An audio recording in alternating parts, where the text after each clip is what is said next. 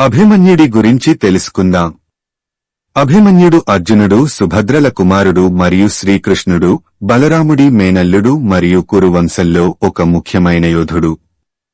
తన తల్లి గర్భంలో ఉన్నప్పుడు అభిమన్యుడు అర్జునుడి ద్వారా చక్రవ్యూహం లేదా పద్మవ్యూహం అని పిలువబడే భయంకరమైన యుద్ధ వ్యూహాలను సుభద్రకు వివరిస్తున్నప్పుడు విన్నాడు.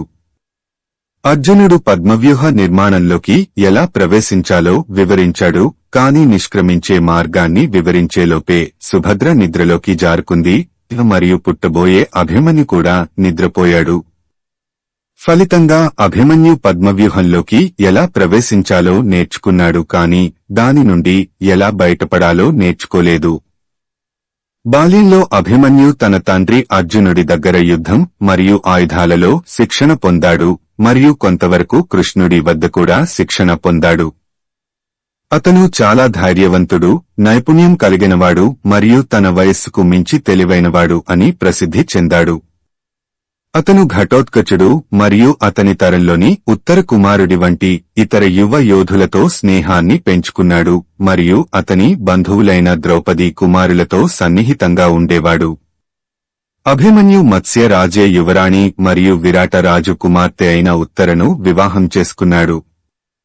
పాండవుల వనవాసం చివరి సంవత్సరంలో వారు విరాట ఆస్థానంలో మారువేషంలో నివసిస్తున్నారు.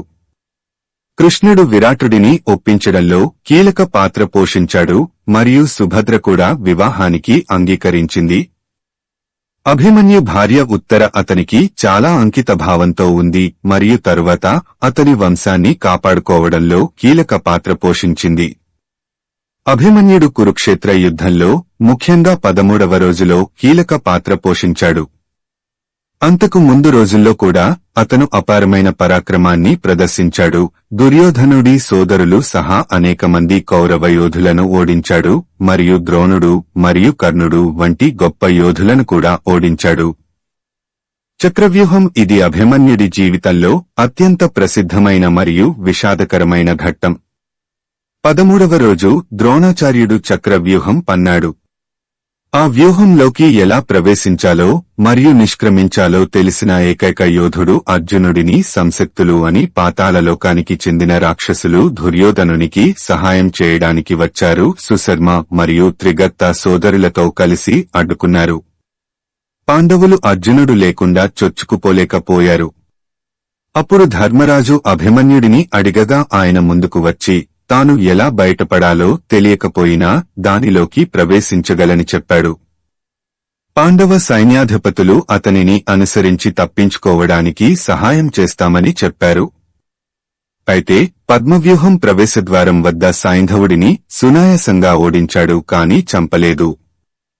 అయితే అప్పటికే శివుడి వరం సహాయం గల సైంధవుడు ఇతర పాండవ యోధులను చక్రవ్యూహ ప్రవేశద్వారం వద్ద అడ్డుకుని అభిమన్యుని లోపల ఒంటరిగా చేశాడు. ఆ వ్యూహం లోపల అభిమన్యు చాలా ధైర్యంగా పోరాడాడు, శక్తివంతమైన యోధులను ఓడించాడు. ఈ దుర్యోధనుడి కుమారుడు లక్ష్మణుడు, ద్రోణుడు, కర్ణుడు, కృపాచార్య, అశ్వత్థామ, కృతవర్మ, శకుని, శల్యుడు, దుర్యోధనుడు ఇలా 14 మంది. కేవలం 16 సంవత్సరాల వయస్సు ఉన్న అభిమన్యునితో యుద్ధంలో విచ్ఛిన్నం అయ్యారు. కౌరవ పక్షంలోని అత్యంత బలవంతులపై అతను తన పట్టును నిలుపుకున్నాడు. కర్ణుని ఒకే రోజు 2 సార్లు ఓడించాడు. దుశ్శాసనుడిని ఓడించాడు, దుర్యోధనుడిని ఓడించాడు. దుర్యోధనుడి కొడుకు లక్ష్మణుడు ఒకసారి ఓడించాడు. మళ్లీ రెండవసారి యుద్ధానికి రాగా అతన్ని కాపాడడానికి దుర్యోధనుడు అతిపెద్ద సైన్యం మోహరించాడు. కాని అభిమన్యుడు దుర్యోధనుడి పక్కన ఉండగానే లక్ష్మణుణ్ణి చంపాడు. అప్పుడు దుర్యోధనుడు ఏడుస్తూ ఈరోజు ఎలాగైనా అభిమన్యుని చంపుతాను అంటుండగా శకుని వచ్చి అతనిని ఒక్కొక్కరుగా ఏమీ చేయలేం అని అన్నాడు. ద్రోణుడు అతడు రథంపై ఉంది, అతడి చేతిలో ఆయుధం ఉన్నంతవరకు అతన్ని ఆపాలేం అని అన్నాడు. చివరికి కౌరవ యోధులు అందరూ కలిసి యుద్ధ నియమాలను ఉల్లంఘించి అందరూ కలిసి అతనిపై దాడి చేశారు. ఇది పోరాట ధర్మానికి విరుద్ధం. కర్ణుడు అతని విల్లు వెనుక నుండి విరిచాడు. ద్రోణుడు మరియు కృపాచార్యుడు అతని రథ చక్రాలు విరగ్గొట్టాడు. అశ్వత్థామ మరియు ఇతరులు అతను ఆయుధం లేని తర్వాత అతనిపై దాడి చేశాడు. చివరికి చేతిలో చక్రం పట్టుకుని ధైర్యంగా పోరాడుతూ అతను యుద్ధభూమిలో మరణించాడు. అభిమన్యుడి మరణం తరువాత అతని మరణం మహాభారత యుద్ధంలో ఒక మలుపు. ఇది అర్జునుడిని బాధించింది మరియు ఉగ్రరూపం చూపించేలా చేసింది. అతను మరుసటి రోజు సూర్యాస్తమయానికి ముందు జయద్రథుని చంపుతానని లేదా తన ప్రాణాలను తీసుకుంటానని శపథం చేశాడు. కృష్ణుడి సహాయంతో అర్జునుడు తన ప్రతిజ్ఞను నెరవేర్చాడు. నాటకీయ యుద్ధంలో జయద్రథను చంపాడు. అభిమన్యుడి భార్య ఉత్తర తన భర్త మరణ సమయంలో గర్భవతిగా ఉంది. అభిమన్యుడి కుమారుడు పరీక్షిత్తు యుద్ధం తర్వాత ఉత్తర పరీక్షిత్తుకు జన్మనిచ్చింది. యుద్ధం తరువాత అశ్వత్థామ బ్రహ్మాస్త్రం ద్వారా గర్భంలో చంపబడిన పరీక్షిత్తు ని కృష్ణుడు తిరిగి బ్రతికించాడు. పరీక్షిత్తు కురు రాజవంశం యొక్క ఏకైక వారసుడు మరియు ధర్మరాజు తర్వాత హస్తినాపుర రాజు అవుతాడు. సుక మహర్షి ద్వారా భాగవత పురాణం, శ్రీమద్భాగవతం చెప్పబడిన రాజు కూడా ఇతడే. అభిమన్యుడి వారసత్వం అభిమన్యు గొప్ప యోధులలో ఒకరిగా మరియు యవ్వన వీరత్వం, త్యాగం మరియు ధైర్యానికి చిహ్నంగా గుర్తుంచుకుంటారు.